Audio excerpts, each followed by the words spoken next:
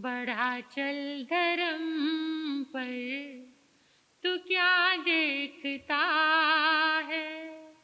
नहीं जग के अंदर धर्म सा है दूजा।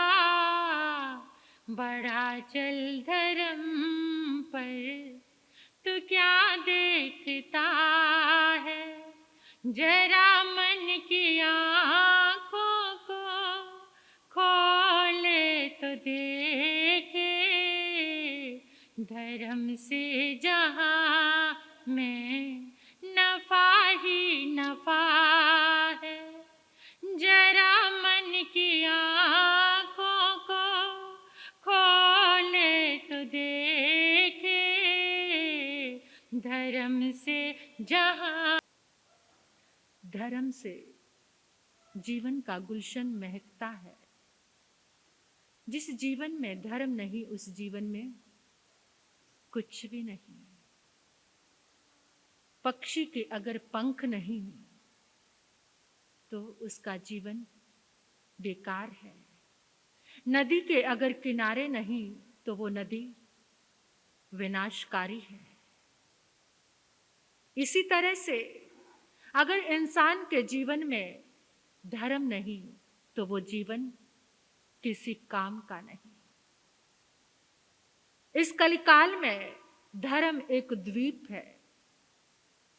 अगर कोई समुद्र में यात्रा कर रहा है, तूफान आ जाए, उस तूफान में कहीं कोई द्वीप नजर आ जाए तो जीने की आशा बन जाती है। इसी तरह से इस संसार सागर में धर्म वो द्वीप है जो हमारी जीने की आशा है। तो इसलिए परमात्मा के सूत्र उत्तराध्ययन आगम का 29वां अध्ययन सम्यक्त्व पराक्रम के नाम से जन्मों जन्मों की यात्रा में पुरुषार्थ किया है। त्रियंच में गए तो भोजन के लिए पुरुषार्थ करते रहे। भोजन की ही खोज और कोई कार्य नहीं था। नरक में उस वेदना से छूटने का प्रयास किया, बचने का।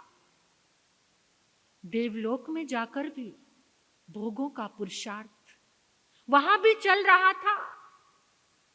और अब ये मनुष्य जीवन मिला है, इसमें कौन सा पुरुषार्थ करना है। जीवन की संध्या निकट आती जा रही है, निकट आती जा रही है। एक एक पल, एक एक क्षण व्यतीत होता जा रहा है। संध्या के निकट पहुंच रहे हैं। दोपहर तो ढल गई है।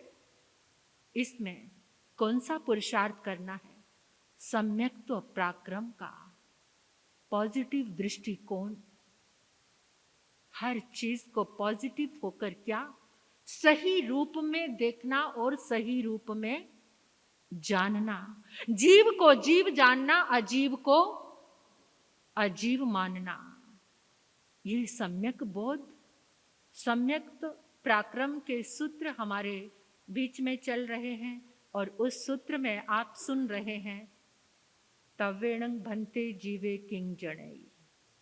तपस्या से जीव को क्या उपलब्धि। लंबा हो गया है तप का विषय, लेकिन बहुत अच्छा है। तो उसी तप में स्थूल रूप में आप सुन रहे हैं। सूक्ष्म रूप में तप 12 प्रकार का है, जिसे 12 प्रकार की निर्जरा कहते हैं। 6 प्रकार का बाह्य तप और 6 प्रकार का आभ्यंतर तप। और मोटे रूप में 3 प्रकार का तप है, सात्विक, राजसिक और तामसिक तप। सात्विक तप आपने सुना, जो आत्मा के कल्याण के लिए किया जाता है, जिसमें कोई मांग नहीं, सिर्फ कर्म निर्जरा का हेतु, पॉजिटिव दृष्टिकोण को लेकर। वो तप सात्विक तप है। और वो सात्विक तप आपको मोक्ष की यात्रा कराने वाला है, इस संसार के दुखों से छुड़ाने वाला है। राजसिक तप जो राग और द्वेष के वशीभूत होकर किया जाता है। खुद से राग है, मेरा नाम हो, तप के क्षेत्र में लोग मेरा सम्मान करें, लोग मेरी जय जयकार करें। ऐसे राग के वशीभूत होकर किया गया जो तप है, अहंकार और दुर्गति को देने वाला है। आज है तामसिक तप। तामसिक तप अज्ञान अवस्था में किया गया तप। कोई बोध नहीं है, कोई ज्ञान नहीं है, तप तपा जा रहा है। कौन सा? अकाम तप, अकाम बाल तप जिसको कहते हैं, बाल। ऐसा तप, तामसिक तप, जो केवल अंधकार को देने वाला है। जिस तप को देखो कैसी विडंबना है, तप के बाद भी अगर अंधकार मिले तो वो तप अज्ञान तप है। गीता में श्री कृष्ण अर्जुन को कहते हैं, अर्जुन, जो तप किसी को पीड़ा देने के लिए किया जाए वो तामसिक तप होता है। किसी को पीड़ा देने के लिए, पीड़ा देने के लिए तप करते हैं लोग।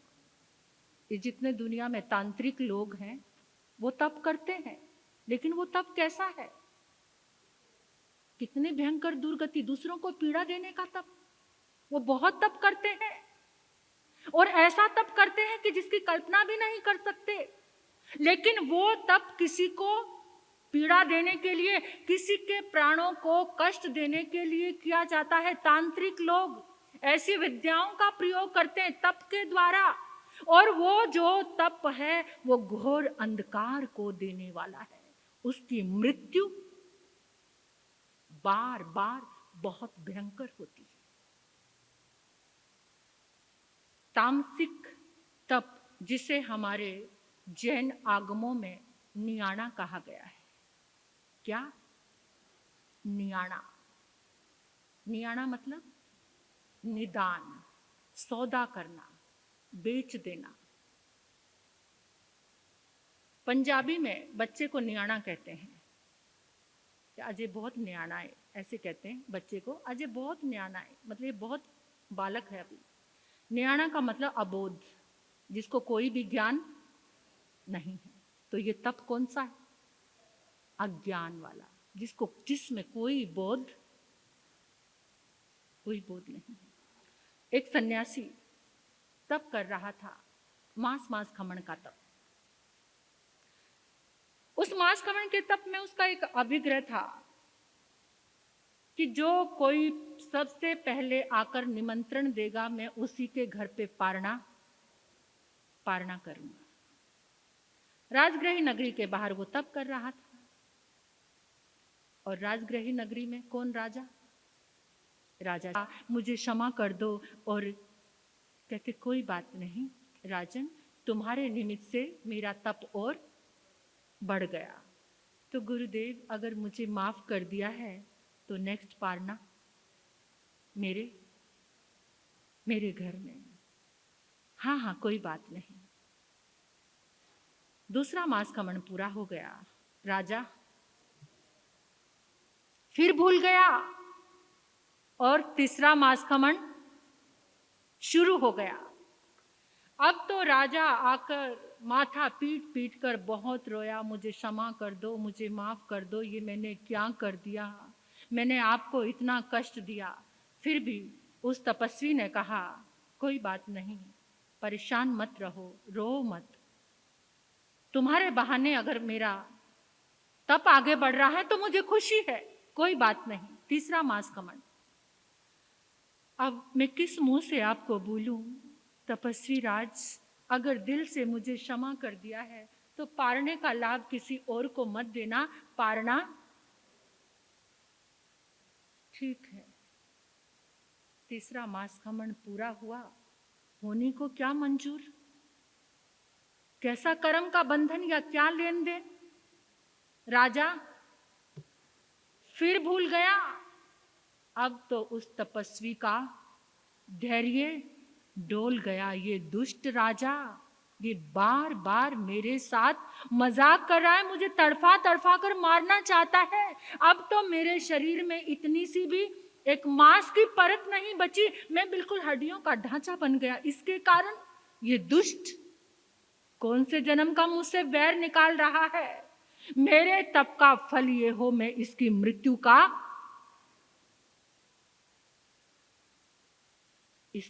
का कारण बनूं। और राजा तो वहां पहुंच नहीं पाया, उसका आयुष्य पूर्ण हो गया और वो क्या बन गया? रानी चेलना के गर्भ में आ गया वो जीव। कौन बनके? कौणिक। कौणिक बनकर रानी चेलना, जिसको परमात्मा ने अपने मुखार विंद से सती, महासती का नाम दिया, प्रभु महावीर ने उसको क्या दोहद आ रहा है कि अपने पति की छाती का, कलेजे का मांस खाऊं। परमात्मा प्रभु महावीर की श्राविका, वो जीव ने रंग दिखा दिए। बाकी बात आप सभी जानते हैं। ये कौन सा तप है? तामसिक तप, जहां धैर्य डोल जाए। अंतिम जो एक ऐसा समय जहां पर धैर्य रहना चाहिए, वहां पर कोई डिग जाए। स्कंदक मुनि याद है ना? 500 का कल्याण कर दिया और खुद 500 संतों को समाधि मरण कराने वाले स्कंदक जीवन भर की तपस्या को बेच देते हैं। ये कौन सा तप आ गया? 500 जीवों का कल्याण करने वाला स्कंदक अपने जीवन में धैर्य बनाकर। हमारी तो औकात क्या है? हम तो कितनी जल्दी क्या हो सकते हैं? ऐसे ऐसे महापुरुष, ये तामसिक तक परमात्मा कहते हैं कि एवरी टाइम जागरण, जागरूक, साक्षी भाव। देखो हर पल जो विचार उठ रहा है गहराई से उसको देखो, जो कदम उठ रहा है क्या तुमने उस कदम को देखा? ये जागरण है, ये सम्यक्त्व है, ये पॉजिटिवनेस है कि जो तुम रात्रि में सोए, तुम्हारे भीतर क्या चला, क्या सुबह उठकर तुमने उसको देखा?